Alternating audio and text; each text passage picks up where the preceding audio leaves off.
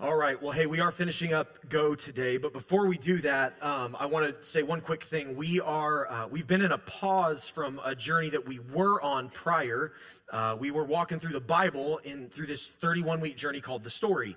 And I know many of you have been wondering when we're jumping back into the story. That happens next Sunday. So today we're finishing up Go. Next week we jump back into our story journey. I believe we're on chapter 14. And so if you've been walking through that with us and you want to jump back in, this would be the week to read chapter 14. We'll talk about it next Sunday, and then we'll have story groups starting the week after. If you have no idea what I'm talking about, that is okay. You can jump into that journey at any time. It's been really, really exciting. And so we'll be doing that next week. Now, today we are finishing Go. And if you're new, I want to get you caught up because this is a very different thing than we've ever done. Over the last 3 weeks, we've laid out a plan that we feel like God has led us to as a church. And that plan is one that sometimes makes people uncomfortable. As I've shared throughout this journey, it's one that frankly has made me uncomfortable through a lot of it because it involves money and large amounts of money, and it gets weird because pastors start talking about money and people are like, oh man, really? Like, it's one of those churches? No, it's not. We've been around for 8 years. We've never done anything like this. But we genuinely feel that God has led us to a place where it's time to prepare for a future that we don't know of yet. That might sound odd, and it is, but we rent this building, and we know that there's going to be a time coming when we will no longer be able to. And so we feel like God has given us an opportunity right now where we are to prepare for that next step.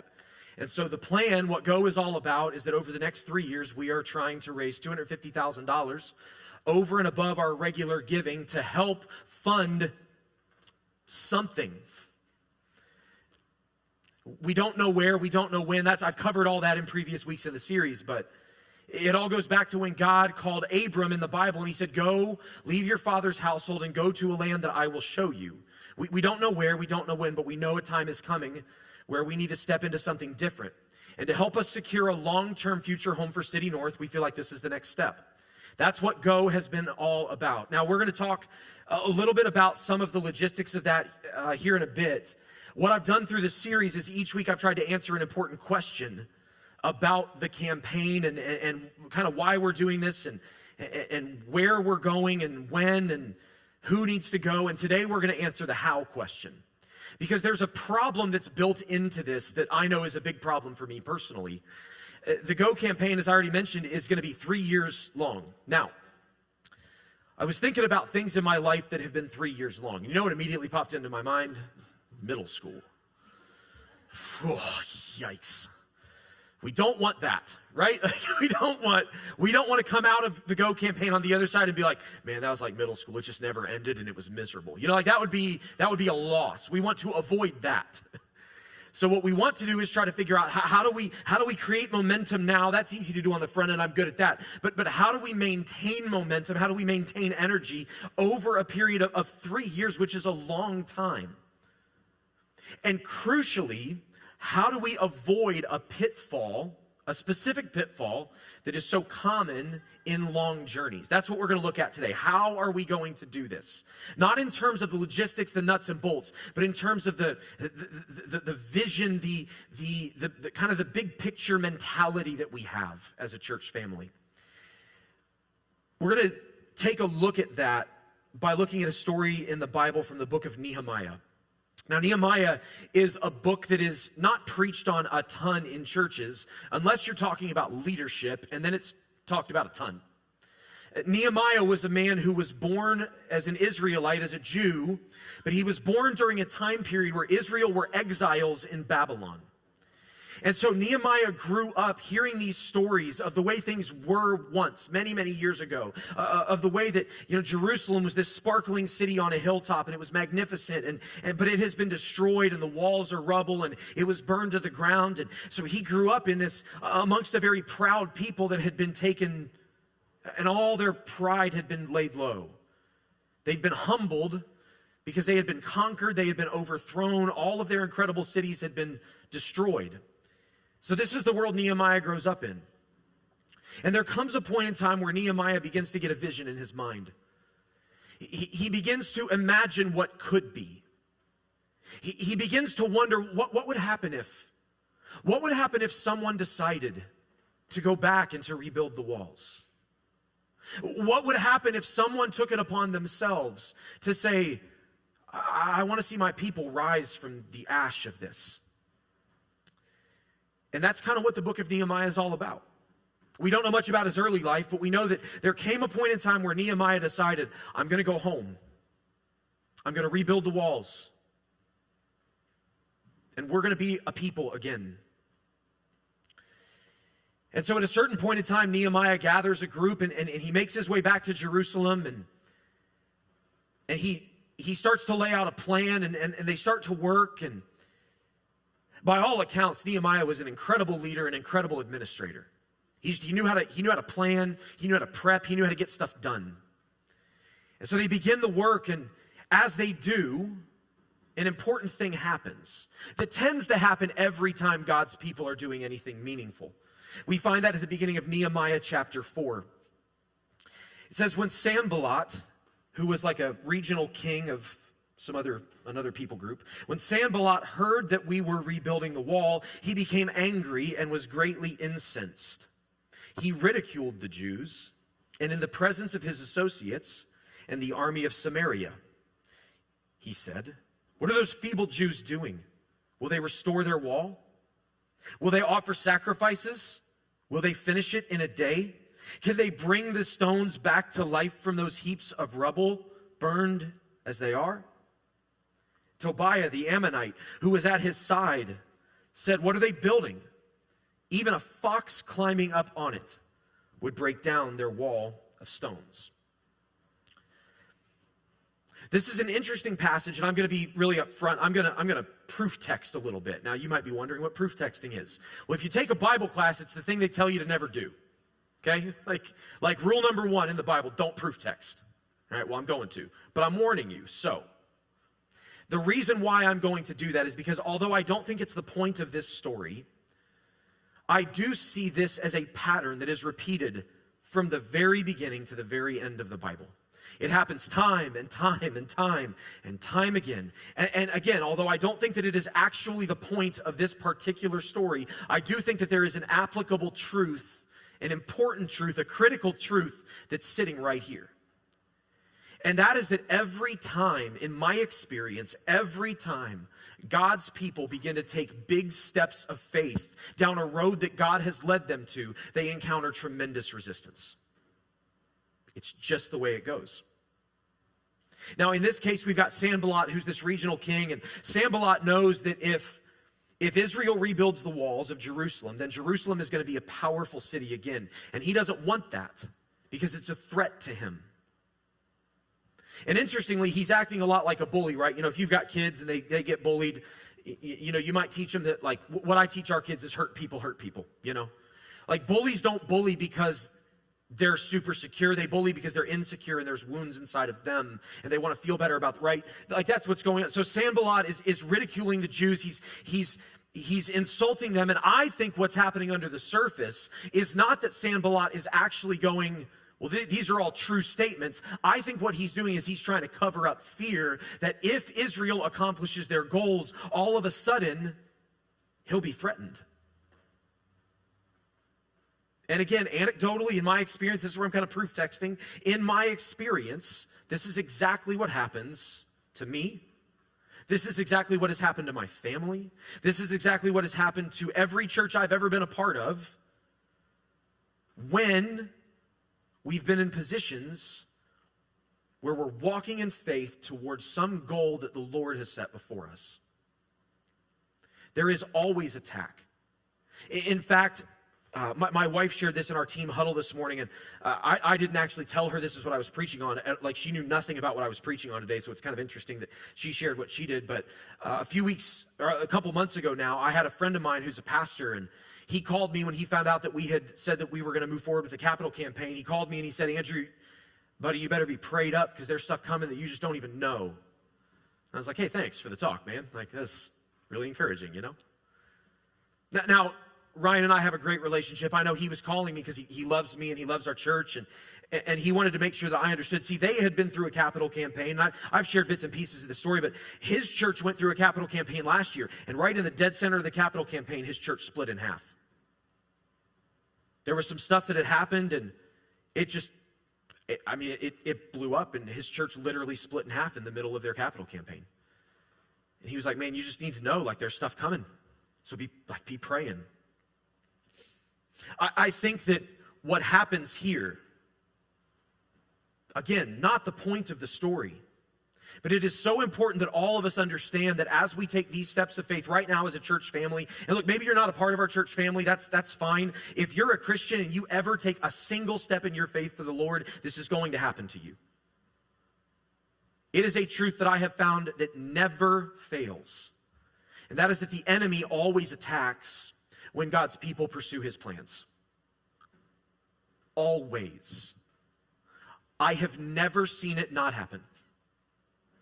And the simple reality is, I think, the simple reality is that when the people of God are not moving, when you, in your life, in your faith, when you're not moving, when you're just kind of stale and stagnant and staying in one place in your relationship with God, it's not growing, you're not walking in faith. When you're in that spot, things have a tendency to be smooth sailing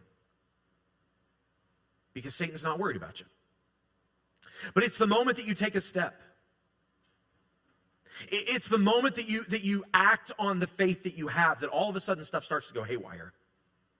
And it can be very defeating if you're not used to it. It can be very defeating if you don't know what's happening, because I think we have this expectation that when we start to take steps for God, it's like he should smooth the road, and that just is not the way it goes at all. Usually that's when things blow up the most. And that's what's happening here for Israel. The enemy is attacking. The enemy is trying to defeat them. The enemy is trying to discourage them to the point that they stop what they're doing, because what they're doing will make a difference, a huge difference. For our church,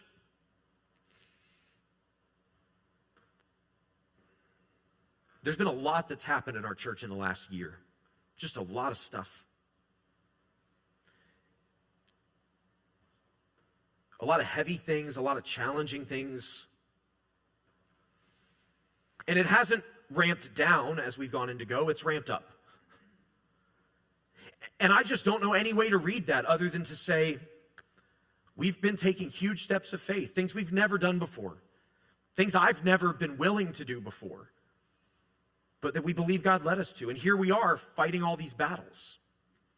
And so the question for us today as a church and for each of us individually is, when we're in seasons where we are taking huge steps for the Lord, how do we fight off the urge to be defeated, the urge to walk a different road that's easier, because we're going to face so much opposition? Now, the rest of Nehemiah chapter 4 lays out some important things that Nehemiah did and some important things that I think we can do as well. So what I'm going to do is I'm going to read through all of Nehemiah chapter 4. I'm just going to buzz straight through it. And then I'm going to circle back to some specific moments in the story where we can find some principles to grab onto. So bear with me. It's a little bit long, but I want you to get the context of all of it in order to then pull out the individual things. So the very next verse, Sanballat and Tobiah have been insulting the Jews. Word's gotten back. This is what Nehemiah writes, starting in verse 4. Hear us, our God, for we are despised. Turn their insults back on their own heads. Give them over as plunder in a land of captivity.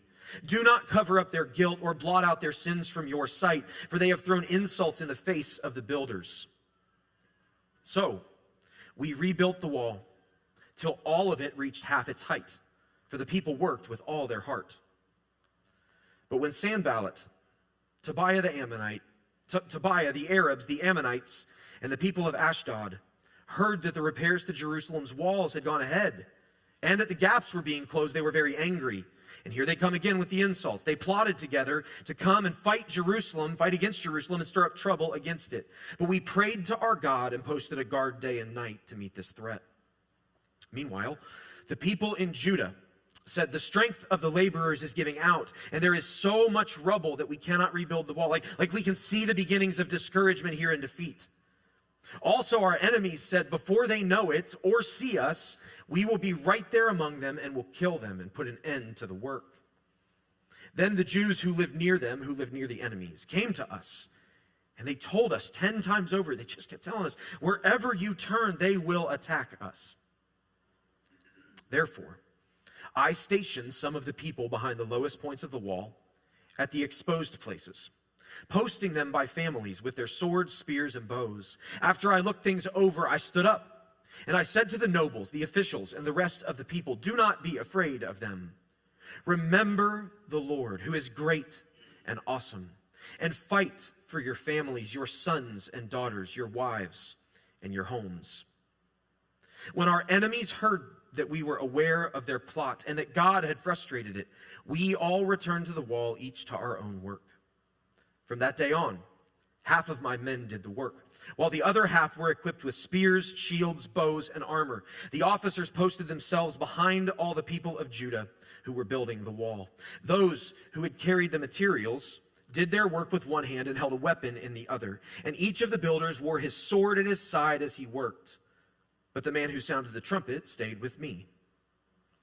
Then I said to the nobles, the officials, and the rest of the people, the work is extensive and it's spread out, and we are widely separated from each other along the wall. So whenever you hear the sound of the trumpet, join us there. Our God will fight for us. So we continued the work with half of the men holding spears from the first light of dawn until the stars came out. At that time, I also said to the people, have every man and his helper stay inside Jerusalem at night, so they can serve us as guards by night and as workers by day. Neither I nor my brothers nor my men nor the guards with me took off our clothes. Each had his weapon, even when he went for water. Now, if you move forward in the book of Nehemiah, what we learn is that Nehemiah and his team, they rebuilt the wall in 50-something days. I think it's 51 days. It was fast. They accomplished a tremendous amount. And Christians and church leaders through the generations have used the story of Nehemiah to pull out leadership principles. Because Nehemiah, by all accounts, was an incredible leader. He navigated Israel through an incredibly difficult thing. They accomplished an incredibly difficult thing. And I thought about using some of this today, but we already had enough. I love the images that are given, that are written down of what happened after the wall was built and Israel finally was able to gather in the city again. There's just this sense of celebration and of joy and of hope that had been missing from Israel for years and years and years and years.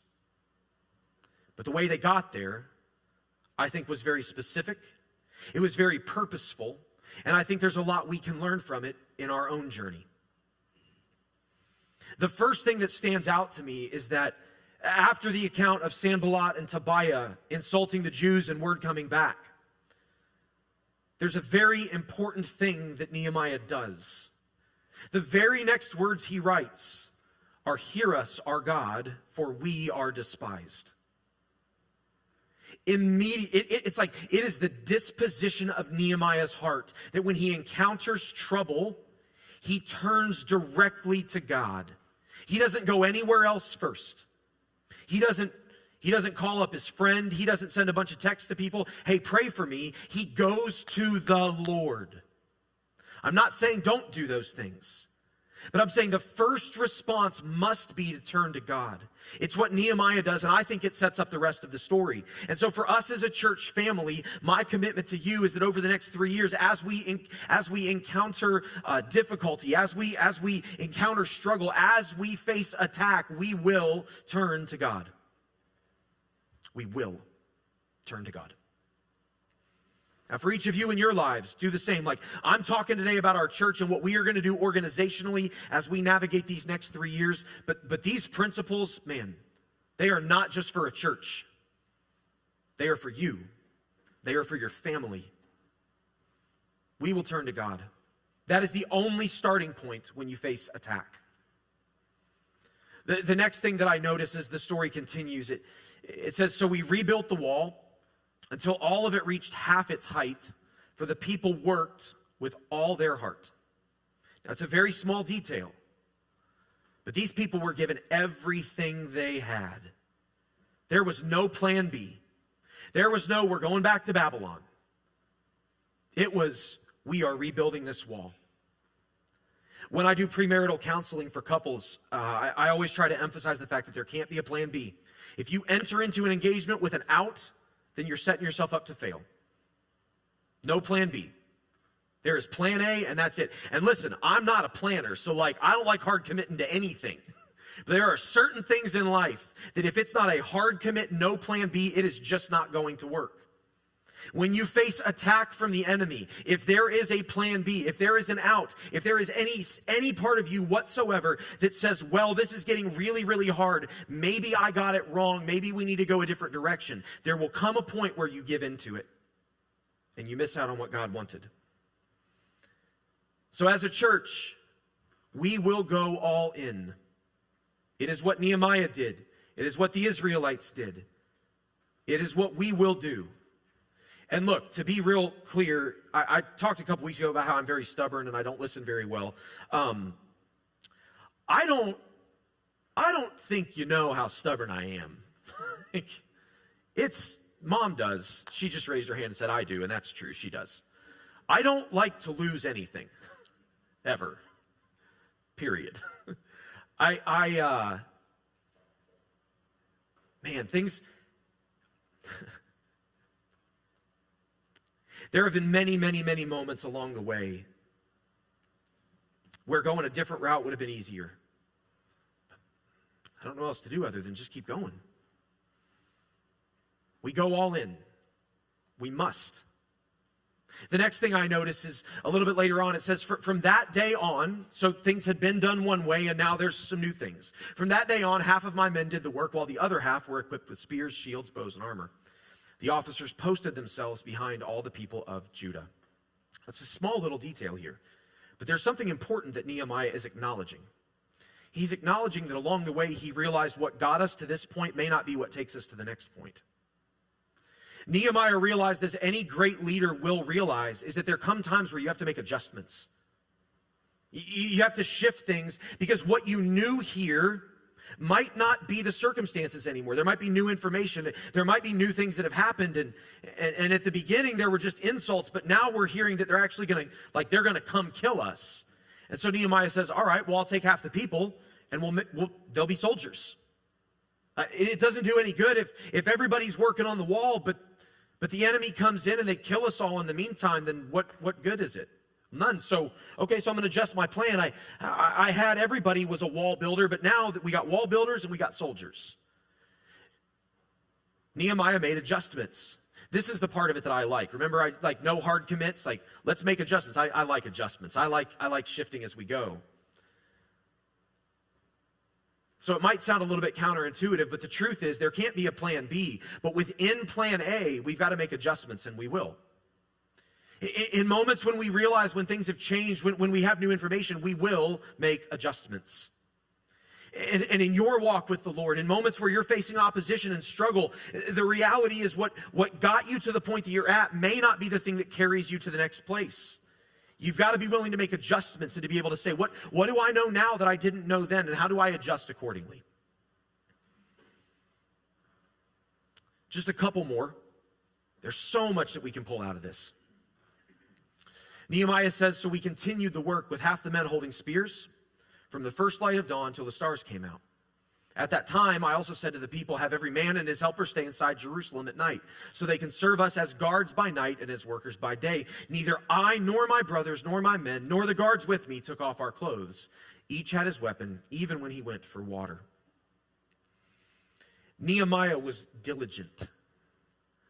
Nehemiah had his plan A. There was no wavering from it. Nehemiah made adjustments along the way, but Nehemiah knew the Lord had asked him to do this, and he was going to finish the job.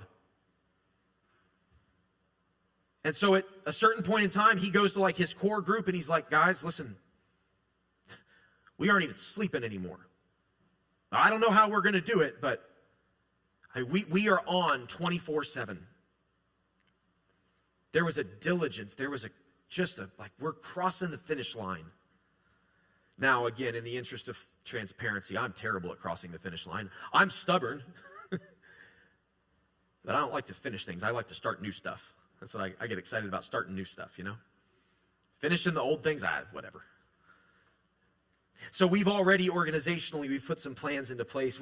I don't recall if I've said this during the series or not, but we actually hired a consulting firm to help us with this process because we've never done anything like it before. And they had us set up a whole bunch of teams to help with the campaign behind the scenes. And one of the teams is the follow-through team. And that team had the hardest, they had the most difficult job description of any of the teams. Because that team is responsible for making sure that for the next 3 years, we remain diligent. I'm not in charge of that team. You don't want me in charge of that team. My mom is in charge of that team. She's who you want in charge of the team, not me. Nehemiah and the people were diligent, and because of their diligence, they accomplished something that was incredible. And so we will be diligent. If you're a person that struggles with diligence, surround yourself with some people who are good at it. Take it from somebody who has struggled with that for their whole life. If you have trouble finishing the job, surround yourself with some people who are finishers. We will be diligent. Last thing. Then I said to the nobles, the officials, and the rest of the people, the work is extensive and spread out, and we are widely separated from each other along the wall. Wherever you hear the sound of the trumpet, join us there. Our God will fight for us. In this moment, Nehemiah is repeating a refrain, a saying, a motif, a phrase that had been used in Israel through the generations, but one that I imagine many of them had forgotten about. See, from the very beginning of God's relationship with the nation of Israel, he wanted them to learn something very important, and that was that he was in control. He was the one who fought their battles.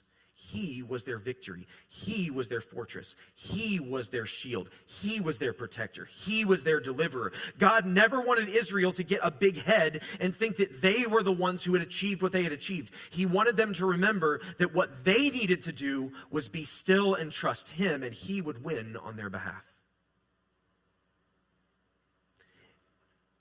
And the struggle that Israel had to accept that is the same struggle that every person of God has had for the generations since. Because we all like to control. We all like to grab for control because we think that we can win the battles that we face. But the reality is what God has always wanted his people to know is that he is the mighty one.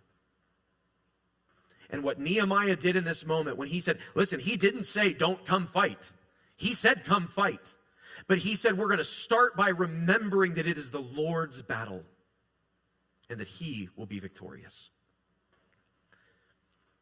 And so as a church, we will trust the Lord for victory, just like Nehemiah did. We will be active, don't get me wrong. We will face the challenges head on. We will face whatever attack head on. We won't just wait. But ultimately, we will remember that it is the Lord who fights for us. And that when the Lord fights our battles for us, we will never fail.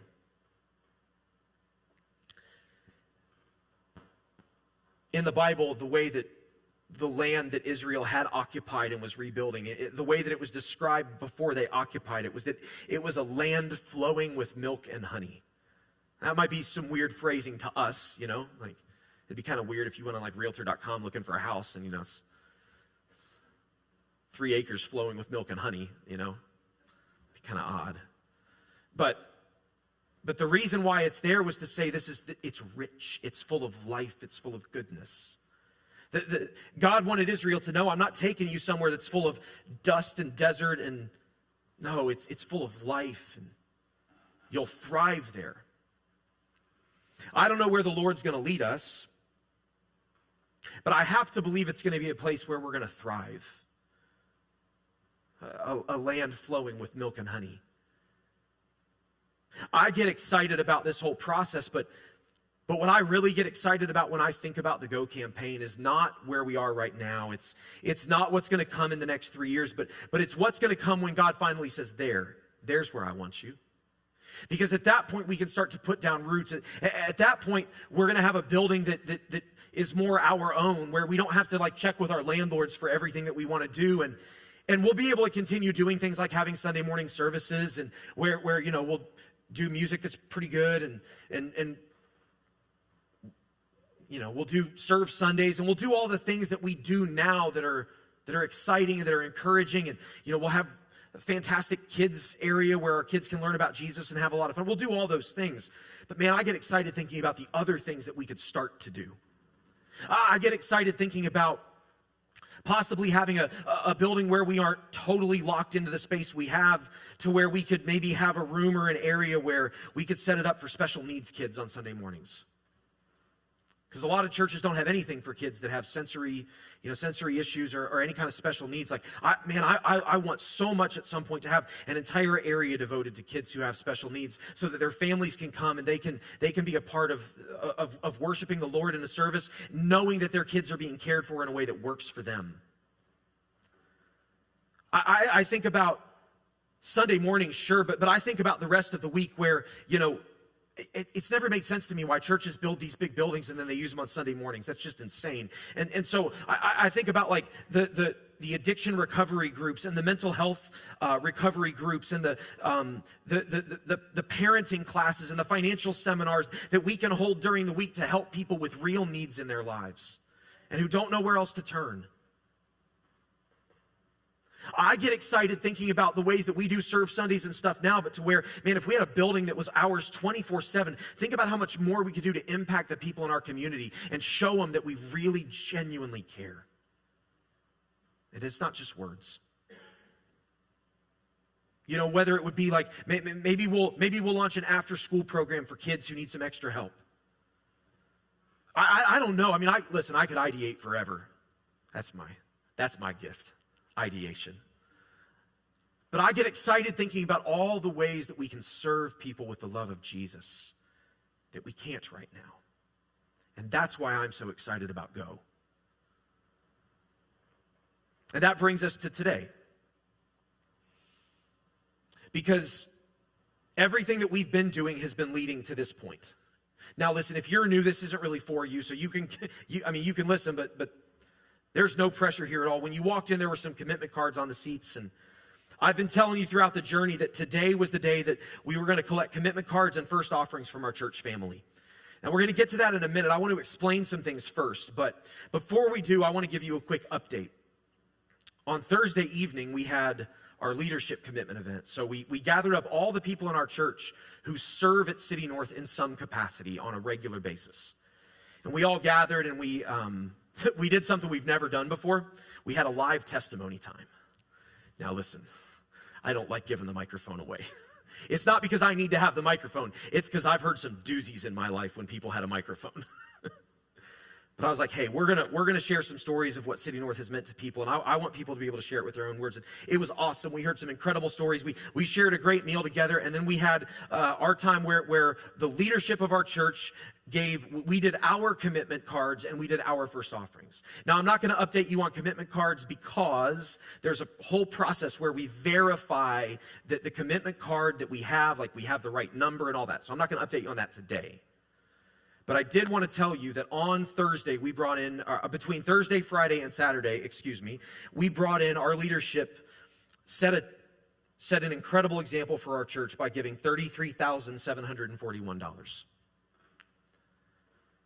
$33,741, which means that I shared a story last week of God doing a pretty incredible thing. It means that as of today, we have already received $62,191 toward the Go campaign. That's 24.8% of the total that we want to raise over 3 years.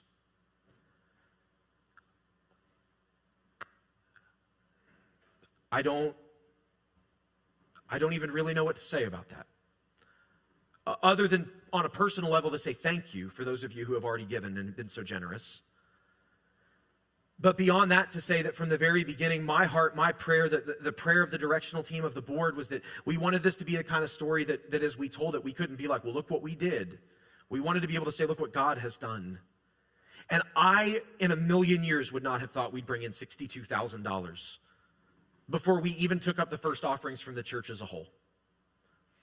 So I am so encouraged. In fact, I think my friend John said it best to me.